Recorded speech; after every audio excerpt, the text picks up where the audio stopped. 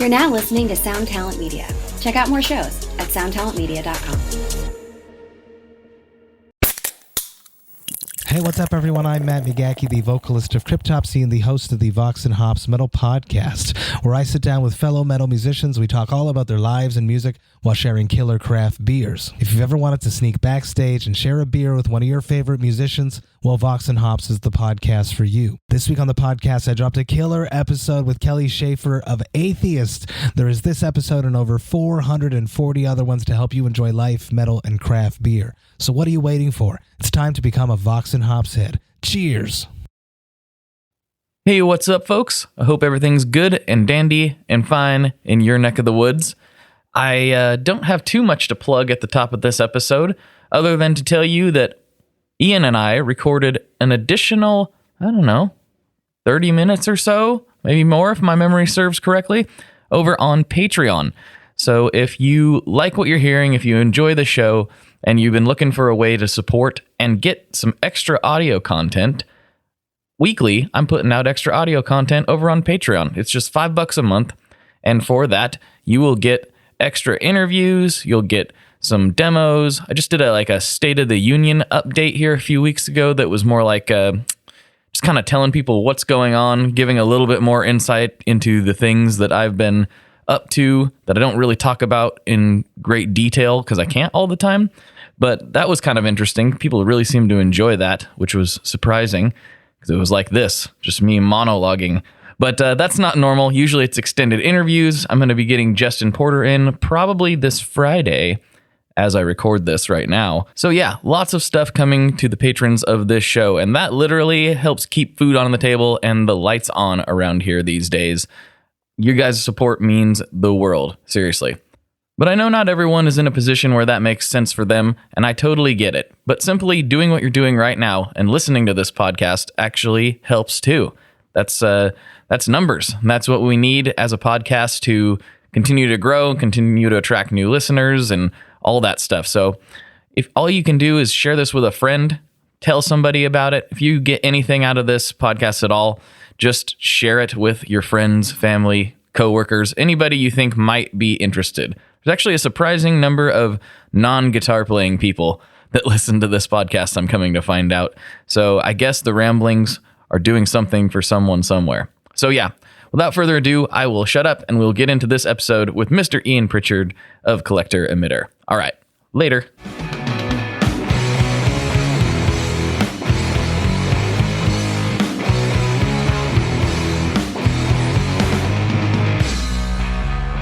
Hello, everyone. Welcome back to another episode of the Tone Mob Podcast, the show about guitar tone and the people behind it.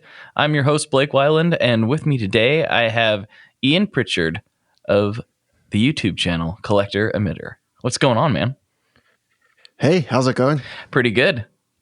This is cool when I've actually, I would prefer to always do these in person, but that rarely gets to happen. But it is actually nice when I have met the person in person several times. That makes it a little less disjointed. Right. We've hung out and know what each other are like. We're not total strangers. Yes.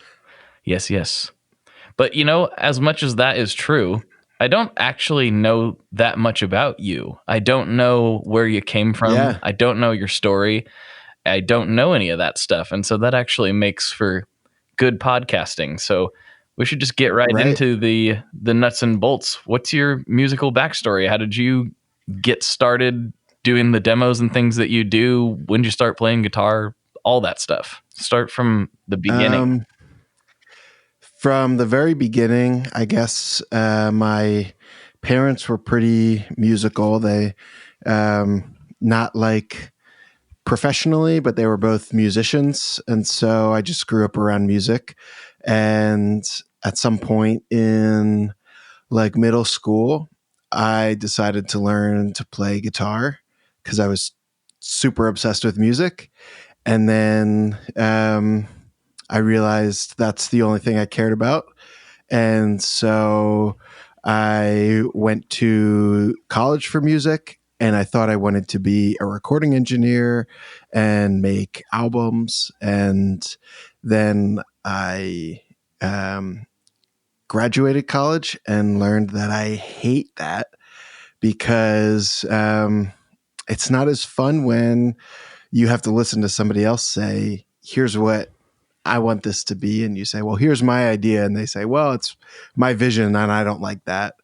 And so I couldn't really gel with that. So I was kind of stuck in, what do I do now? And I was in a band at the time.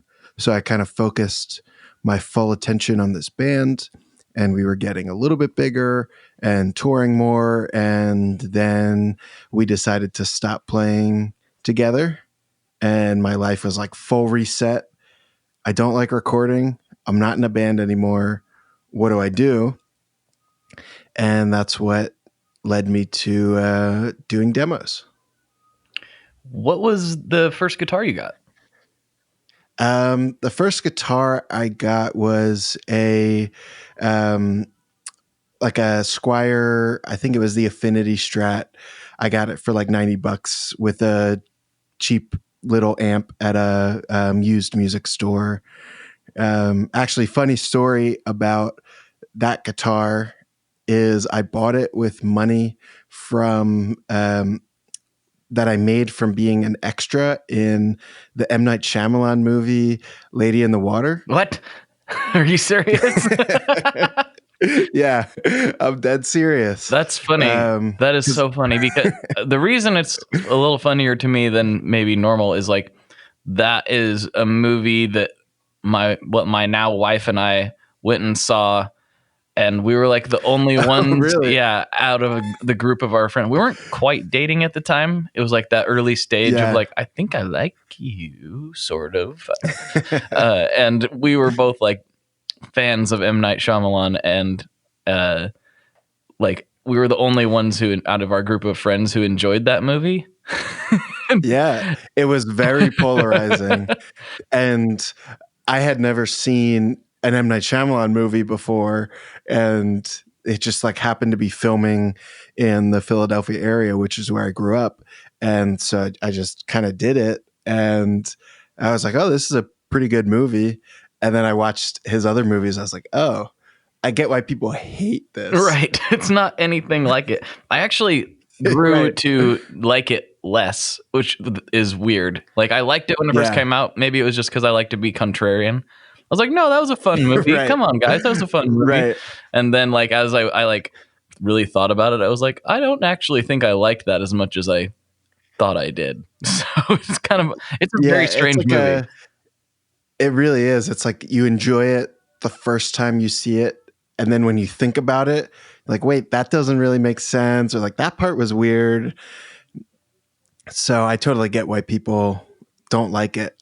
I think I've only seen it once, and then I couldn't watch it again just because I was in it and I was a child. And so weird. like I was in middle school, and like I'd love to watch the movie again to like remember like I was on that set and stuff. It was like kind of magical as like a 13-year-old, but I can't look at what 13-year-old me looks like, and like because I can see exactly where I am. I don't think anybody else can, but I know like exactly how to see myself. Where are you? Tell people. So actually, the easiest way to see me is actually in the trailer. Perfect. We can find that pretty easily. Yeah. So you don't have to actually sit through the movie. There's a scene that I think it's the first scene in the trailer. Like the movie's centered around this pool in an apartment complex. Mm-hmm. And at the beginning of a trailer, like it's a bunch of people jumping into the pool. Yeah. And so the camera's focused on somebody else jumping in, but then you see like right dead center me pop up out of the water and like wipe water off my face. And I'm just like a tiny, pale, long hair kid. That is awesome. So that's hilarious. I've seen you before we ever met, and I didn't even know it. Right. Yeah. That is crazy. So that's my mysterious past, which then weirdly funded my my like getting into music, because then I could afford to get a guitar.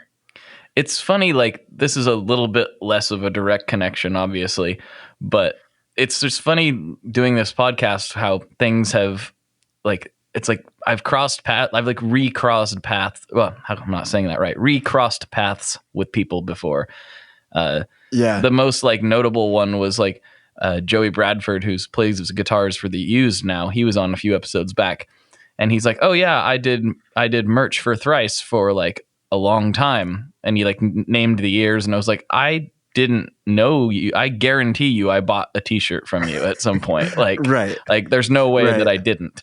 And so it's just a weird, the people that you meet and you think you're never going to meet again, and next thing you know, you're podcasting with them. It's very odd, very weird. Yeah, I mean, I think like with how big the world actually is, the music community, and then even smaller, the gear community is so tiny that like you've crossed paths with everybody. Oh, totally.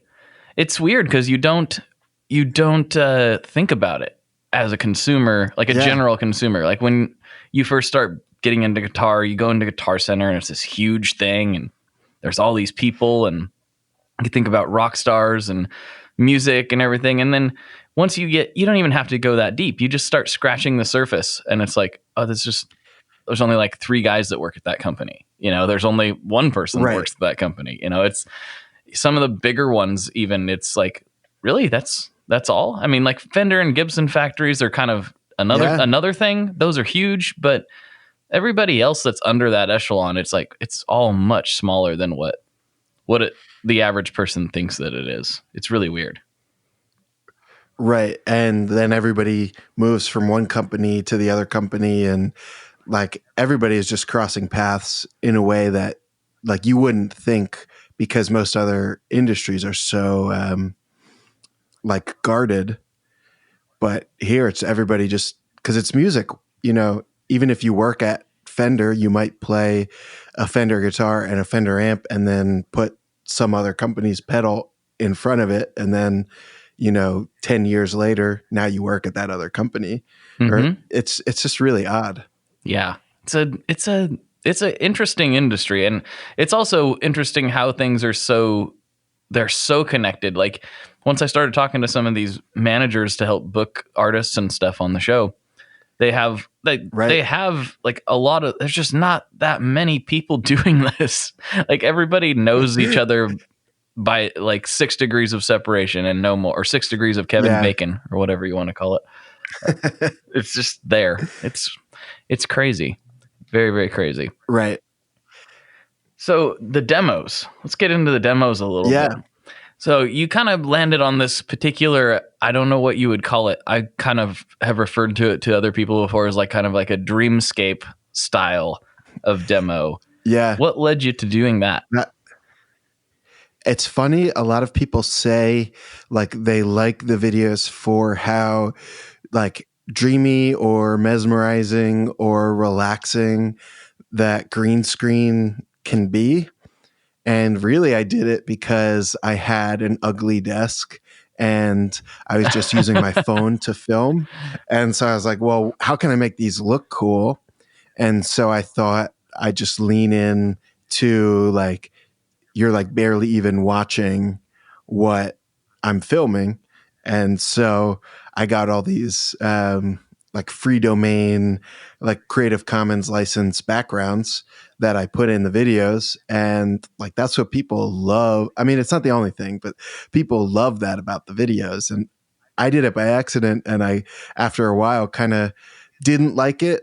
And then I've made my way back around and I really like it, because now I get creative with trying to layer a couple on top of each other and like try to create new things, because there's only so many free domain backgrounds out there. Yeah. And I didn't know it because I wasn't paying as much attention at the time, but like I've done some videos for some other people that aren't on Tone Mob stuff. They're just independent content for people. And so I'm always trying to make it not look like something that I do, because I want it to be for that brand or whatever. And so I kind of have taken some inspiration from some of that, where I usually get really twisted and scary with it, because that's just my nature, and it fits with some of those brands. But like I like it's weird how much with like creative, just like thinking outside the box and like taking a video of a light bulb in the night, you can get really, really creepy with that. That doesn't sound like it should be that odd or offset or unsettling, but I can do it. and I mean, it's weird. It's so easy to change the mood of what you're watching or listening to by like the context you put it in. So like if you're hearing like weird fuzz and it's just a light bulb, it starts to feel creepy. Or if you're seeing like this nice like landscape that's just like slowly panning and you hear this like really beautiful reverb, you're like, oh, this is relaxing. So it's just like all this implication of everything working together that I never thought about. I like put zero thought into. At the beginning, it was just, I'll grab a background that looks cool and you can see the text on. And now I think, well, this phaser, what kind of mood does it give me? What kind of background fits that? And I spend a little bit too much time on it. I don't know. I think that's what makes it cool. It's been, there's plenty of people doing the whole, sitting in the left hand of the screen and the pedals in the right hand of the screen. And I'm not like talking bad about it. I'm just saying there's people who do a better job at that than I would. I don't think that's ever going to be my forte. I'm like, Andy already mastered that. Like, we're not going to do it better than he does, So we have to find our own ways to try to get creative with this stuff. And I'm having I've kind of settled into a format that I like, but I kind of miss going back and doing the more artsy stuff. I don't know. I haven't totally settled in on this new format I'm doing. I'm not sure about it yet. We'll see how people take to it. It's like a blend of the two, I think. Right. I mean, it's like the creative thing where you get restless and you don't want to do what you're currently doing. You want to do the other thing. That could be more fun. And I mean, it happens to me all the time. And I've been experimenting with like just videos on my desk, not demos, just me like jamming with a pedal and a synth or something like that and filming them differently, no green screen. And I feel like they get less clicks because people like the green screen and they like the thing that I'm, is recognizable as my thing. I just get restless because I'm a creative and I want to do all kinds of things. It's hard to, I mean, maybe you can speak to this better than I. You've been doing the demos a lot longer. Is it hard to balance like what you want to do creatively versus what the algorithm is going to pick up, or versus what people want out of you? Because at the end of the day, your job is to show off what the pedal sounds like in as interesting and captivating way as you can. And I have a hard time with it. Like my favorite video I ever did is also my least watched. So it's like, it's very, very weird. I don't know how to handle that very well. Yeah, it's a really weird thing where I wouldn't even care about the views if it wasn't like less views meant this company that sent me the pedal now got less out of it. Exactly. And so sometimes I start thinking about that and it's like, well, should I use this background, which might get more clicks or whatever. But really, I think about that more on Instagram where it's like, is Instagram going to punish me for posting too many videos in a row or too many pictures in a row?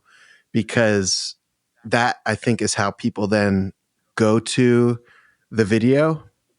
Where like on YouTube, I know like some people talk to me, like people who aren't in the gear world, when they find out I have a YouTube channel, they're like, oh, like you do all the tricks to get into the algorithm where like you have to make it 15 minutes long and like use your face. And it's like, no, I don't do any of that because that would be really weird. And then the people who see it in trending would click on it and say, like, what is this video that's just a pedal making noise? Like, I don't get this. So I kind of just let people find the videos by searching or like getting the direct link from Instagram or the company's website or whatever it is. So I at least let that portion of the algorithm out of my brain. But I still think about it with Instagram. Yeah, with Instagram, for me, as far as I can tell, it's really about volume, and post quality is important, but it's also like, some people are worried about getting like oversaturating their followers with too many posts, and that used to be a valid concern back when it was chronological. That makes sense, right? But now that it's not, that's the thing, is not everybody's going to see your posts anyway. And so those that do, the ones that will see all your posts because they interact with you so much, they're the ones that want to see your posts because they interact with you so much. So they want to see it more. Yeah, it's not much of a concern, I don't think, anymore. Right. I've been thinking about that recently, like the past week or so, because after NAMM, I've just had so many new pedals to demo, and I didn't want my schedule to be like I'm booked up until May because new things are always coming out. And so I've been doing like 2 videos a week. And then I've been thinking like, oh, these people like going to stop watching because there's 2 videos this week and they only wanted to watch 1 video.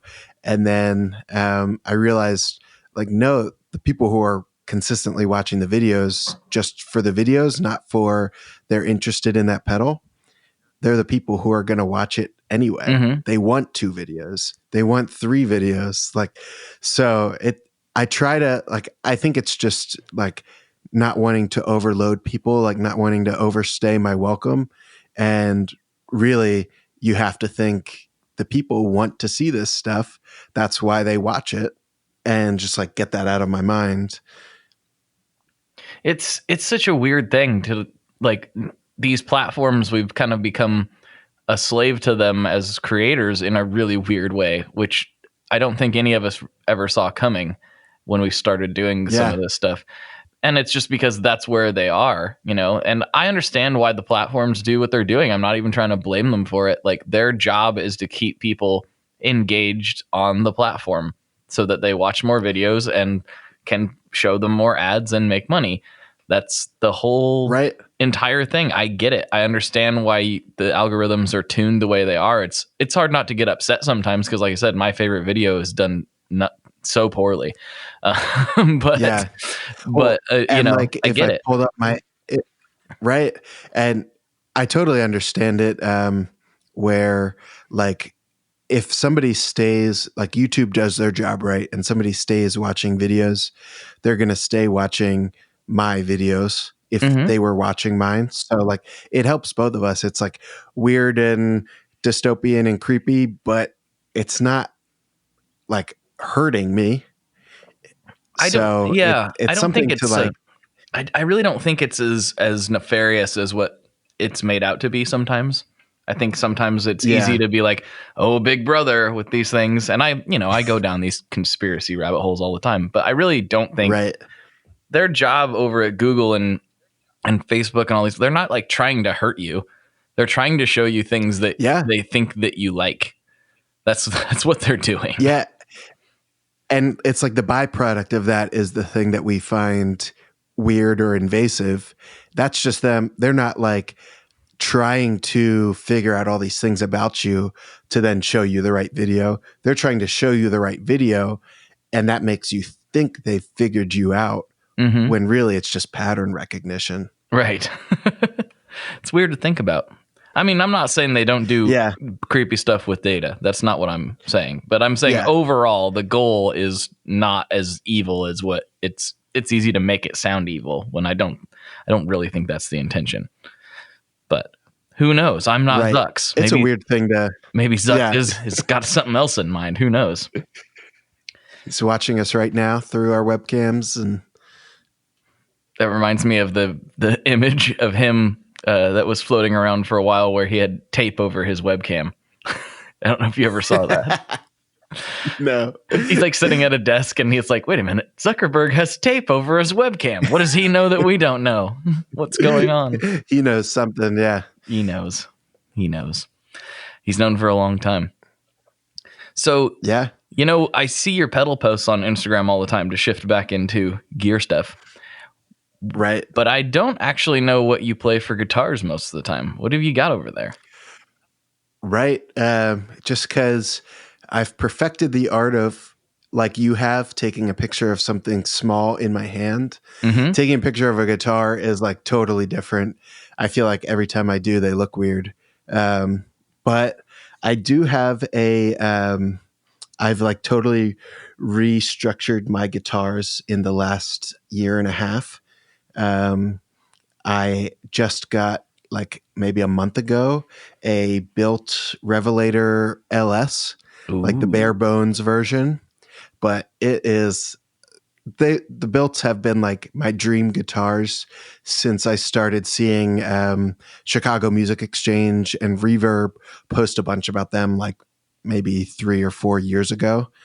And they were always in like Reverb videos, and they were all over Instagram. And I had never seen one in real life until I realized that they have this thing on Instagram where they sell like one-offs that they do for themselves, I guess, to try different techniques. Mm-hmm. And they sell them for dirt cheap.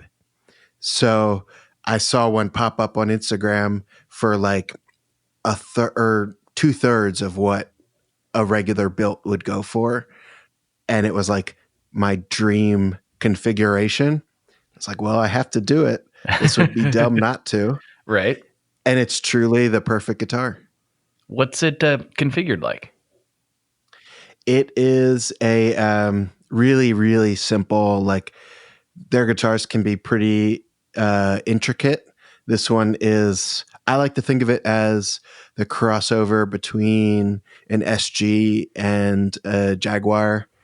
It's a two-pneumatic bridge and just a humbucker in the bridge, a Seymour Duncan humbucker, and a Seymour Duncan humbucker-sized P90 in the neck, and that's it. Cool. Volume, tone, like no extra controls. I had an SG that I sold to buy this that I loved, but I just can't do the 4-knob control scheme. It's clunky to how I play. Like a 2-knobber. Master volume, master tone. Yeah, so this is just master volume, master tone, and then the pickup selector switch, and that's it. Is it a 3-way? Yeah, a 3-way. Sweet. And so it's like the bridge pickup is a lot louder, so it's also like a quiet, medium, loud setting on the switch, and like dark, medium, bright.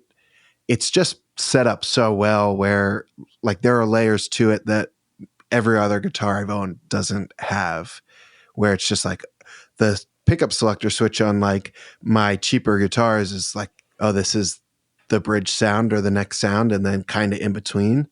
This seems like you're progressing in one direction or the other, like they're blended together. That sounds awesome. You're gonna have to take some pictures of that thing. You're gonna have to figure that out. Yeah, I'll have to take a picture and post that on Instagram so everybody can see how cool it looks. It kind of looks like an old PV T60. Yeah, because it's like this like yellowish stain on the pine body, and then it's an all black pick guard. So it has that PV look. Mm-hmm. A lot of people who I've shown it to have said this is like a PV SG shaped like a Jaguar. That sounds really cool. It's like the weirdest mix of things, but I really, really love it. What about the neck? What's that made out of? Is it pine too? I don't think it's pine, but I don't know what it is. But it's like pretty, like medium sized, not too thick, and the frets are like huge but smooth. Mm-hmm. I don't know a ton about guitars. Like I can talk about like all these details about pedals. Guitars are just like it sounds good and it plays good. And this is both. I'm kind of in that same boat. Like, I've never measured a neck. Yeah. I don't think about profiles all that often. I just know if I pick one up and I like it or not. And that's basically it. That's all I know about them. And that scared me from buying so many guitars that I learned later that I would have loved, because like the description will say like, oh, it's a fat C neck. It's like, well, that sounds too big for me. I like a thin neck. And then I played a guitar with a fat C neck, and I thought, oh, this is just a comfortable neck. This isn't fat or shaped like a C. Yeah, I mean, fat necks are where it's at for me. I mean, I have guitars of various sizes. I started playing on a, slim taper 60s style neck, which I still like. Yeah. I still like that thing. It makes me play different. It's a different thing, but man, I got this Carmine Street Jazzmaster in, and it has, I don't even know how big it is. It's got the biggest neck I've ever messed with. It is giant. And I can't stop playing it. So I don't know. It doesn't make any sense. That's what I have tiny hands. I have the opposite. I have giant hands, and I thought I loved thin necks for so long because I could move faster. And then I bought this like mystery telly that I have. All I know about it is that it's made in Mexico and like the serial number, so I could figure out what year. I just forget. But it clearly was modded, so I know nothing else about it. I bought that, and it has this gigantic like baseball bat neck, and I love that too. And so I think I just like most guitars. Yeah, I think that's kind of where I am too. Like, I'm not super into the wizard necks, the super flat, shreddy ones. I've never really liked those that well. I can play on them, but that's not my it's not my most comfy. But yeah, I've come to realize I'm kind of like you. It's like I like lots of different things. I'm a big neck guy. Like, if I'm going to have a guitar made, I'm going to ask for it to have a bigger neck on it. But my Les Paul Special is definitely slim, and my 70s Telecaster Custom is not that big either. And I love both of those guitars. So I understand. I know what you mean by all that. Yeah. And it's nice to have the variety, because I feel like I play different on different guitars. My third guitar is one of the Harmony Silhouette reissues. Oh yeah, those are cool. And that's sort of in between. It's like the Telly is like fat neck, single coils. The Harmony is like medium neck, like the smaller humbuckers with the gold foil. And so it's kind of like this weird in between. And then the Built is somewhat thinner, but not super thin, and humbuckers. And I play all three totally different. Perfect. That's me too. I play every guitar I have just a little bit differently than the one next to it. And I think that's the reason that we are always trying to get new ones, or new to us ones anyway. I was talking with a friend of mine recently. He had bought a new amp and like completely got rid of, he sold all of his pedals. He sold everything. And I was like, that's crazy. Why would you do that? And he said, well, when you get a new amp or a new guitar that like you really love, you can let it shape your whole rig. And so just start over. And I don't know if I would go that extreme, but it is interesting how like the bigger parts of the rig will totally change your setup, or sometimes even the right pedal will totally change your setup. And it's like a different tool rather than a different version of the same tool. Yeah. I mean, changing one small piece can be a complete game changer depending on what you're doing with it, how you're set up in other places. That's what made me fall in love with pedals so much, however many years ago that was. Yeah. Because it was like, whoa, like you plug a Big Muff in and you're not even playing the same instrument anymore, hardly. Like it, right. One small change, and it's just changed. If you were playing clean before and then you stomp on a Big Muff, it's like, nope, now we have something else. Like they can just change your sound so much for, relatively little money compared to a new guitar or a new amp. That's my thing with them. Yeah, I have to imagine a lot of people who are now really into pedals had a similar thing as me, where that was the only new gear I could afford. So that was just a way to change my setup, get inspired by something new without having to like sell my guitar and still spend money on a new one. Do you remember what your first pedal was? I do remember my first pedal was a Digitech Hothead. I don't know what that is. What is that? It is the weirdest distortion or fuzz. I don't really understand what it's going for. There are some cool sounds in it. Maybe I should do a demo of it because it's a weird one that a lot of people haven't heard of, but it was 90s Digitech or maybe early 2000s. I must have gotten it in like 2003. Okay. And I went to Guitar Center to get a blues driver because that's what my guitar teacher had, and it sounded cool. And then the Hothead is bright orange with flames on it. And I said, that one's cooler. I'm going to get it. And it sounds nothing like a blues driver. It's blue. It has to. It must be just like a blues driver, right? It's not even blue. I just thought it looked even cooler, so it must sound even better. That's good logic. If it looks cooler, it must be cooler, obviously. I mean, I still use that logic. I do too. As much as I try to not. I've told people before, like, if you give me two pedals with an identical circuit and I don't know it, I'm going to prefer whichever one aesthetically pleases me more. I about guarantee you. I'm not gonna say I'm infallible with that. I've listened to a lot of pedals, and I still think I could fall for that. I think most people could. Yeah, I think I could too. I know I have in the past, at least with Tube Screamers. One band I was in, I had a TS-808 and my bandmate had a TS-9. And I now know those are like two resistors difference. Right. And mine was even an 808 reissue. So it's built on the TS-9 circuit board. Right. Like they're so similar. And like I legitimately thought they sounded different, mostly because they have different knobs. Right. Different boxes a little bit. Yeah.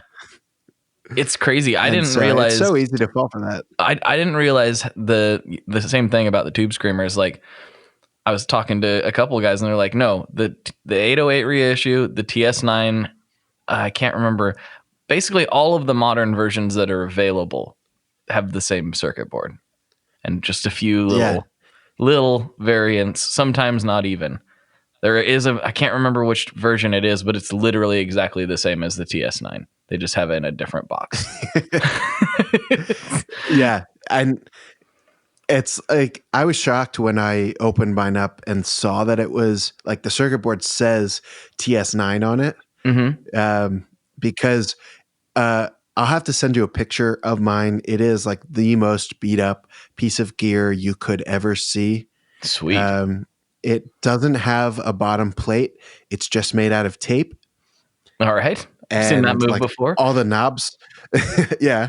The knobs are broken. Like the pots are like so loose that they're like going crooked directions. And it was given to me in high school. And I could have sworn it was like a Mojo vintage one. And it was like my prized possession.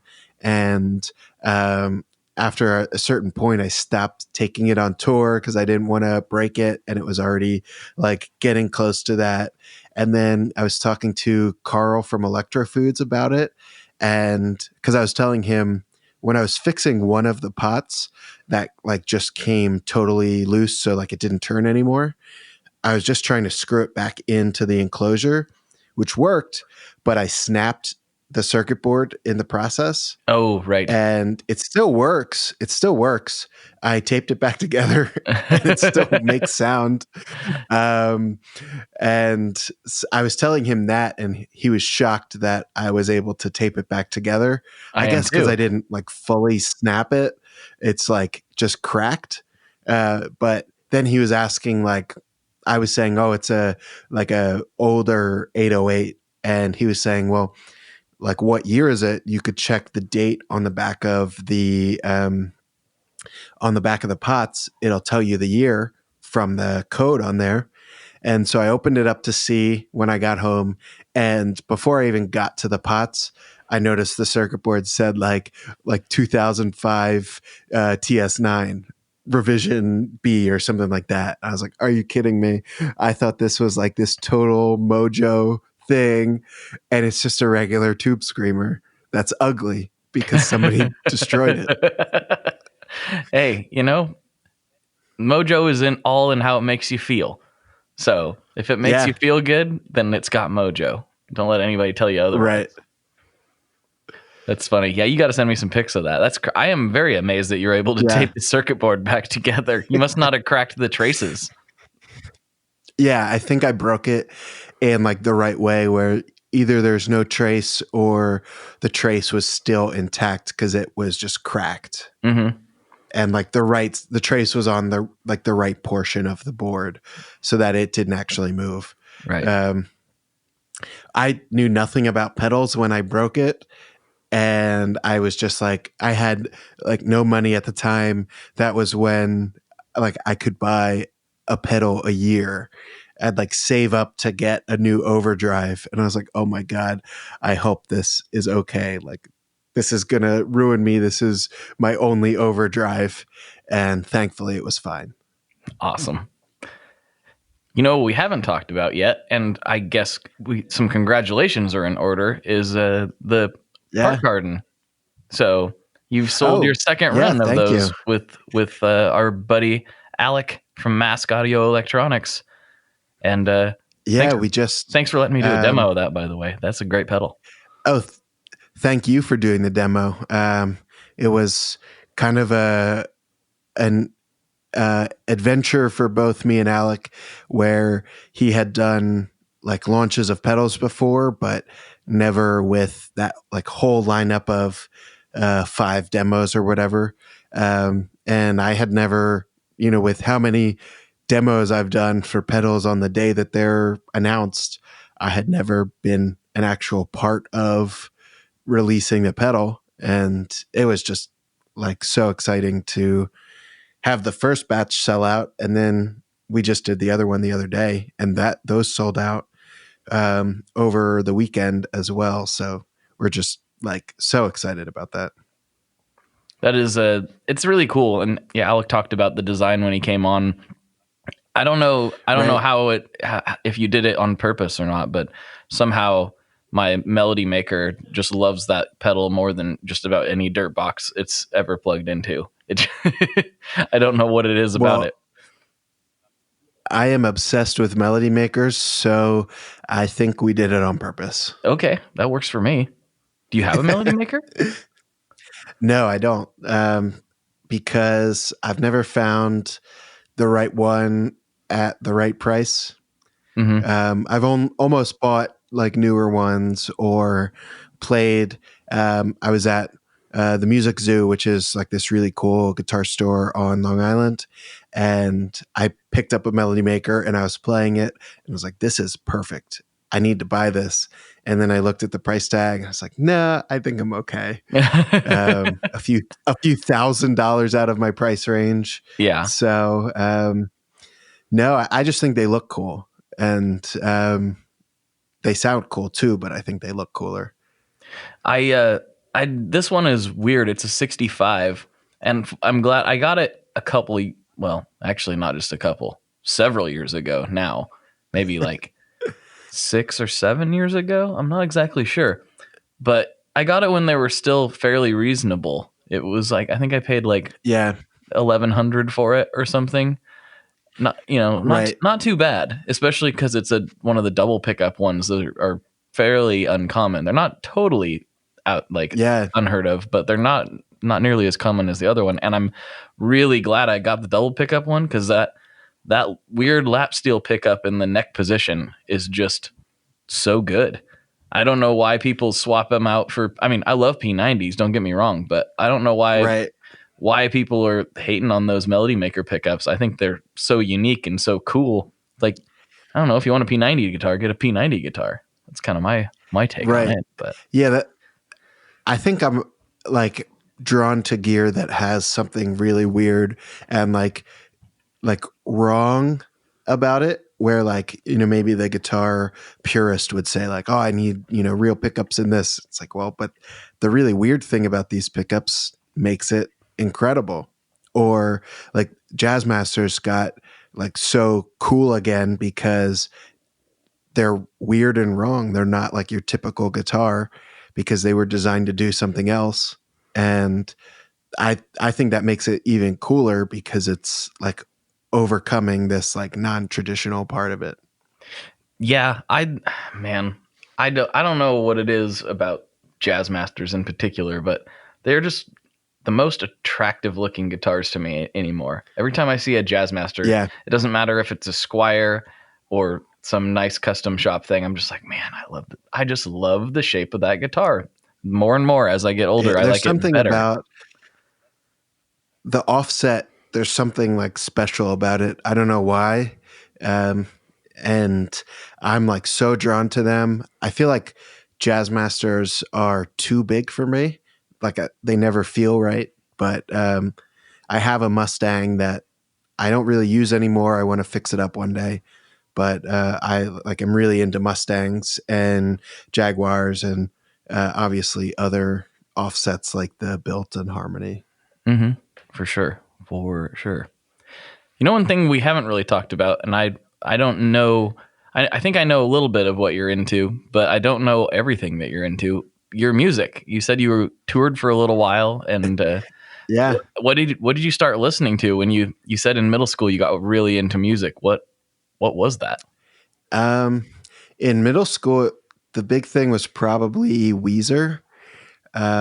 Same. I had like a bunch of friends who were all really into Weezer, and between Weezer and Green Day and whatever else was going on then, and also a little bit of the trails of new metal, some POD and Korn and System of a Down. And then I guess like the end of middle school, the beginning of high school, the whole like Hot Topic mall emo thing happened. And I got really into that, but like, you know, Fall Out Boy, My Chemical Romance, those kind of bands. But then that was a step into getting into real, or, you know, in quotations, real emo. Right. Because, you know, I could go on the internet and search like emo bands thinking I was going to find a band that sounded like My Chemical Romance. And I found like Mineral and Braid and Owls and like all these bands that like shocked 13-year-old me. And I just got obsessed with it. That stuff is something I came back to later. I would read about those bands in like alternative press or whatever. Yeah. But the internet then wasn't like the internet now. And so you couldn't just pull it up, you know? And so I started going back as I got older, and I was like, whoa, I missed the boat on some of this. This is some good stuff. Yeah. And I mean, even then I had missed the boat on most of it. I think there were only a handful of bands I was able to see who were like the end of that wave. Like I remember seeing Sparta my freshman year in high school. And like some of those bands that were just like riding the end of the like real emo in quotations. Mm-hmm. I don't even know truly if I could have like replicated how I found it. I just remember there was this website, Forfa, I think is how you pronounce it. It's like FOURFA.com. Okay. And it's like somebody's like early internet, like kind of like a GeoCities website, but slightly better and not on GeoCities. Just like all about, like, they must have been some like elitist emo person, because they even said, like, those bands that I was just talking about were kind of emo, but not really. They're like kind of pushing it a little bit. But it just opened up all these doors to me, because I stumbled upon some random website. Who in Because I their must have estimation? Googled Oh, emo band. sorry. Yeah, I must have just. No, sorry. I must have just Googled emo band and clicked on every link and found the one that had something totally different than what I was looking for.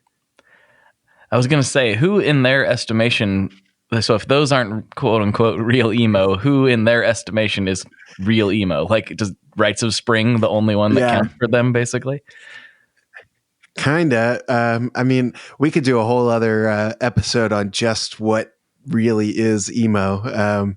But for them, I actually went back and reread it, because I had a similar conversation with Taylor from Deep Space Devices, and we were talking about like emo bands, and I mentioned the site and sent him the link, not having read it recently, like in the past 15 years.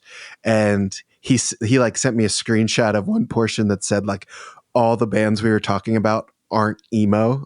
And I was like, oh, I guess I should read this site again. It's like Rites of Spring, Moss Icon, like all the bands I would call screamo. This guy is saying, like, that's real emo, like that's where emo evolved from. And then like what we think of as real emo, or like Midwest emo, or like the later emo bands that are a little bit more indie rock than emo. And then such a weird scene. Don't get this guy started on My Chemical Romance. I'm sure he would hate it. Well, he's wrong, and I'm very excited to go see My Chem in Tacoma. Oh man, I'm so stoked. I did not get a ticket because of the weird surge pricing that Ticketmaster did. So the nosebleeds for me were $180. Oh, geez. And I thought, I've seen My Chemical Romance before. I think I'll be out. Like, this hurts, but I think I'll be okay. See, I have not. So that Yeah. But and I mean, my like really good friend that I was planning on going with had never seen them, and he spent the 180 and is so excited. And I think that's great. But 180, it just hurt me. And I know it's Ticketmaster or Live Nation, not necessarily the band, but it was just like this moment where I was like, oh God, I guess I'm not going to do this. That is actually something worth talking about. The prices, a lot of people, like, and they said the same thing with like Rage Against the Machine. It was like, look at the prices, and it's like, guys, people. The band doesn't have 100% control over that. And some people said, well, why don't they just play non-Ticketmaster venues? And I'm trying to think of who somebody tried to do that. A major artist tried to do that. Yeah. Who was that? And I don't remember who the band was, but it was big band. Like they couldn't. Was it Tool? They couldn't tour the whole U.S. Like it just doesn't work when you're at that level. Well, I think was really it Tool sucks. back in the day? I feel like it might have been Tool, like it might have been in the early or mid 2000s. Tried to do. I could be making this up.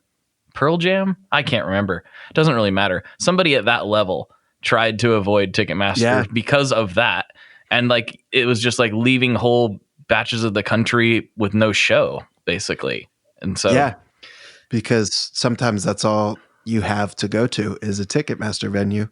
And I grew up in Philly and now live in New York, so I've been lucky to have both Ticketmaster venues and non-Ticketmaster venues, and maybe been a little bit spoiled on going to like $5 or $10 shows for some of my favorite bands, but that's usually not the case. I mean, I understand though, because most of my favorite shows that I've seen were, they were no more than like $40 at the most. Yeah. That's just how I don't the scene I'm know in, I guess. I think it's also just like the luck of being into bands that are smaller, because I don't know if I've ever, at least since middle school, paid more than $50, or maybe like I just bought tickets to see Bright Eyes. They're playing in Queens this summer, and even that ticket at a stadium, general admission ticket, was $50 with fees. Wow. And so maybe I'm just into the bands that are small enough, but I can't think of many shows that I've spent more than $50 on. Yeah, that probably does have something to do with it, because that My Chemical Romance tour, the whole tour sold out in 6 hours.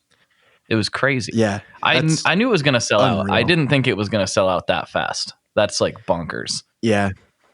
So, Well, they became like a cult band beyond just like, they are the band that stands for that entire movement and that entire genre. So it makes sense. Like, I saw Fall Out Boy when they got back together, because, hate them if you do, I understand, but I really, really love Fall Out Boy. And like, even those shows didn't sell out. They were playing the same venues. The tickets were like maybe $60. I saw them 3 times on that tour, and like had to save paychecks between buying the tickets. So like, they didn't sell out for months if they did. that is crazy. I would have thought they would have had a similar kind of trajectory, but apparently not. Of course, My Chem like developed, and I don't think Fall Out Boy did this quite as much. Like, My Chem developed a following. Like, they got bigger after they broke up, or went on hiatus. Probably. Yeah, I think so. And I think they're the only band that got big enough to be like something that people remember the genre by, but never put out an album that was like really, really bad, or at least divisive. Like, all of their albums are considered great. It's true. And so like Fall Out Boy, their last album was a totally, totally different thing. They just became a pop rock band. And I think they did it like perfectly then, not post reunion. That's another story. But they put out an album that turned off like half of their fans. So they weren't getting bigger as they broke up. What I found to be really interesting, so there was a meme going around of, you've probably seen it. It's a guy. I remember this picture from when I was, from that era. It was like 2000, whatever, 3 or 4 or something. And it's a guy like clearly in his 50s, like doing the whole early 2000s emo kid thing. Yeah. And it said like, the crowd at the My Chem show be like, and it showed a picture of this guy. And I was like, that might be accurate, because we are getting older, and then I was, Frank came to town when he was doing the Future Violence thing, and I brought him a box of pedals, and he tried out the Benson Vincent, which he ended up picking up a Benson Vincent, which is kind of insane to me, but awesome. But he was helping me take stuff back to my car, and I looked, and like there was all these like young teenage girls. I mean, there were still like older people in the audience too, but I was surprised at how many. Actually, it wasn't all girls. It was guys too. There was just young teenagers in the line, like waiting, and I was like, these are like the same age that I was when I got into this person's music. This is kind of crazy. I expected the crowd to be older, and it wasn't. It was like mostly teenagers and people my age, I guess. It was kind of a weird split. But they were taking pictures of Frank, and I'm sure that I'm on some emo girl's Instagram thing somewhere. Right. Here's Frank and some other guy that I don't know who he is, but he's standing next to Frank. Exactly. He's carrying a box of weird boxes, and Frank's got an amp. I don't know. But we definitely can tell that they're from Portland, because look he's wearing a flannel and he has a weird beard. So that we can tell where they're at, at very least. All right, man. Well, we've been going down the old emo trail for a while, and we probably need to start to wrap this thing up. But first, Yeah. it's your chance to put up a billboard. What do you want to tell people?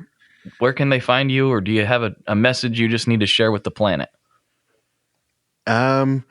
You can find me on Instagram. It's at Ian Pritchard, which I guess is in the title of this episode. That's probably the easiest way to figure out how to spell it. Or on YouTube, it's Collector Emitter. If you search that, you'll get my demos and videos about how transistors work. So it's the ones that have the green screen background. Those are mine. And that's pretty much it. That's everywhere I am. Right on. There you go. Okay. And wait, there's more. wait. I thought of one more thing. You can look up my band. We're called Bot Garden. We have an EP out on Bandcamp or Spotify or anything like that. Right on. There we go. Okay, here we go. Ian, what is your favorite Boss pedal? So I admittedly do not have experience with many Boss pedals, which is kind of a shock to most people. But I do have a favorite, and it's the only vintage Boss pedal I own, which is the BF2. Oh, man. Nice. Yeah. I'm a big flange guy. I've gotten really, really into it the last 2 years. And at one point I discovered that's like the Cure chorus tone is actually the BF2. And I was like, well, that seals the deal. I need to get one. Mm-hmm. And if I'm going to get one, I might as well go all the way and get a made in Japan BF2.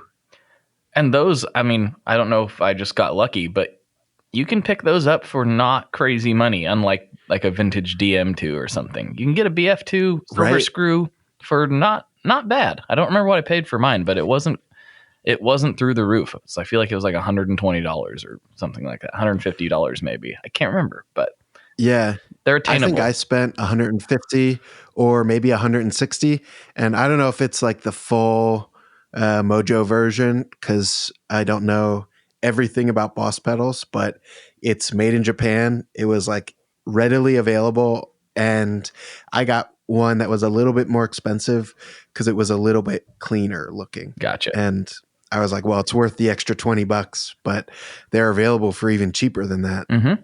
They definitely are. Sometimes you can get them with the box. I was lucky to find one with the box still. Yeah. Not that I need a box, but you know. Yeah. I don't need a single more pedal box in my life. I have just piles of them. Oh, so you're like me. I don't know what to do. You keep the box for no reason, basically. I think I'm going to recycle a couple hundred boxes, or not a couple hundred, 100 and so boxes, because I have piles in my apartment. It's just taking up my space and like shared space that my roommates use as well. And then I have like maybe 100 more at my parents' house, and they're going to move, and I just got to do something with those boxes. So I don't know what it is. I keep them because I'm like, well, if I ever sell it, people like the box. And then it's like, how many pedals have you sold? And I'm like, 0 pedals. That's how many pedals I've sold. So maybe this box thing needs to be reanalyzed a little bit. So yeah. All right, it's time to get controversial.